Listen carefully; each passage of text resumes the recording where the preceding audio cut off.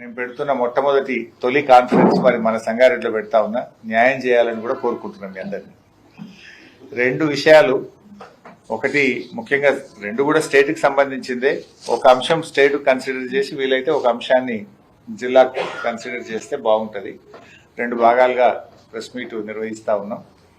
నేను మాట్లాడుతున్న అంశం కూడా ముఖ్యంగా రాష్ట్రంలో దాదాపు 80 లక్షల మంది రైతులకు సంబంధించిన అంశం కనుక దయచేసి ఇది ప్రాపర్గా మంచి కవరేజ్ రావాలి. ప్రభుత్వం మరి రైతుల్ని మోసం చేయాలని చూస్తుంది కనుక మీరు కూడా కొంత న్యాయం చేయాలని నా మొదటి ప్రెస్ కాన్ఫరెన్స్ 2025వ సంవత్సరంలో కనుక మీరందరూ కూడా న్యాయం చేయాలని కోరుకుంటున్నాను.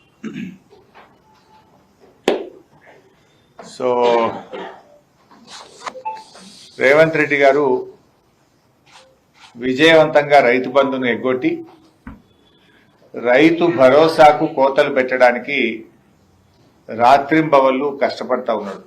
ఎటైట రైతు బంధుకు రైతు భరోసాకు కోతలు పెట్టచ్చు అని పాపం వ్యవసాయ మంత్రి, ఆర్థిక మంత్రి, ముఖ్యమంత్రి అందరూ ఈ రైతు భరోసాకు కోతలు పెట్టడానికి కుస్తీలు పడుతున్నారు.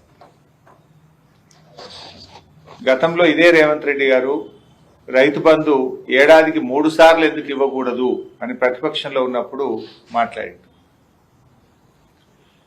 ఇవాళ అధికారంలోకి రాగానే రేవంత్ రెడ్డి గారికి కొంచెం మతిమరుపు వచ్చినట్టున్నది. 3 సార్లు ఎందుకు ఇయ్యరు అన్నోడు ఒక్కసారి కూడా రైతు బంధు ఇవ్వడానికి ఆపసోపాలు పడుతున్నాడు, వెనక ముందు అవుతున్నాడు. వానకాలానికి రైతు బంధు ఎగబెట్టిండు, యాసంగికి రైతు భరోసాలో కోతలు పెట్టడానికి కుస్తీలు పడుతుంది. అప్పుడేమో 3 పంటలకు రైతు బంధు ఇవ్వాలన్నాడు, వానకాలం ఎగబెడితివి, యాసంగికి కోతలకు సిద్ధం చేస్తేవి. అంటే రేవంత్ రెడ్డికి మతిమరుపు అనుకోవాలన్నా, రేవంత్ రెడ్డి గారు ప్రతిపక్షంలో ఉంటే ఒక మాట, అధికారంలోకి వస్తే ఇంకొక మాట, అంటే 2 నాలుకల ధోరణి. ప్రతిపక్షంలో ఉన్నప్పుడేమో నాలుకకు నరం లేదు, ఏదైనా అడుగుతాడు. అధికారంలోకి వస్తే తాను చెప్పిన మాటలు తానే మర్చిపోతాడు.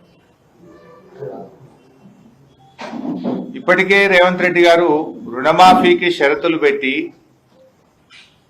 ఎవరు రాబాయ్ ఎంత డిస్టర్బ్ చేయకుండా అంటే కూడా గదే పని చేస్తారేం రాబాయ్,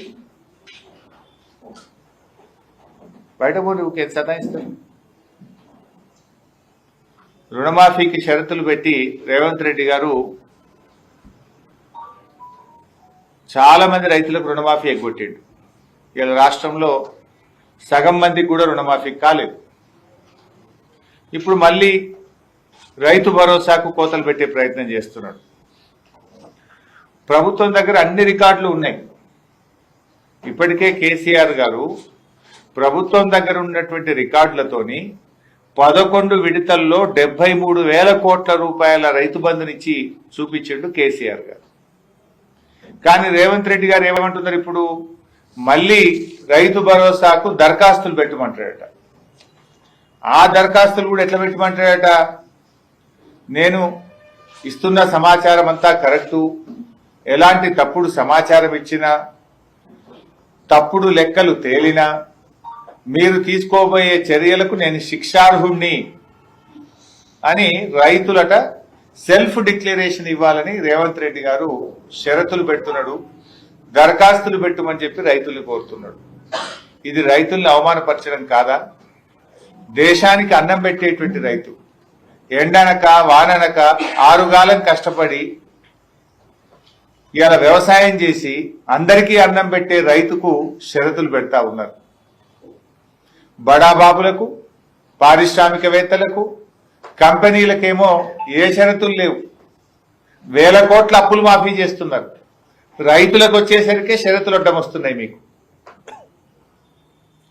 రైతులకు బేడీలు వేసి అవమానపరిచినటువంటి రేవంత్ రెడ్డి ప్రభుత్వం ఇవాళ రైతు భరోసా విషయంలో కూడా రైతుల్ని నేరస్తుల్లా భావించడం ఇది చాలా దారుణమైనటువంటి విషయం. మీ దగ్గర అన్ని వివరాలు ఉన్నాయి కదా, మీ వ్యవసాయ శాఖ అధికారులు ఉన్నారు కదా, వ్యవసాయ శాఖ అధికారులు పోయి చూసుకోమనండి. ఎందుకు ఇలా రైతుల్ని మీరు ఒక దోషిలాగా నిలబెట్టే ప్రయత్నం ఎందుకు చేస్తున్నారు? ఎందుకు రైతులను దరఖాస్తుల పేరు మీద అవమానపరిచే ప్రయత్నం చేస్తున్నారు? అన్నదాతలంటే అంత అలుసెందుకు అని నేను రేవంత్ రెడ్డి గారిని అడుగుతా ఉన్నాను. అంటే మీరు మళ్ళీ రైతులను కార్యాలయాల చుట్టూ తిప్పే ప్రయత్నం, కాంగ్రెస్ నాయకుల చుట్టూ తిప్పే ప్రయత్నం, పైరవకారుల చుట్టూ తిప్పే ప్రయత్నానికి మీరు పాల్పడతా ఉన్నారు.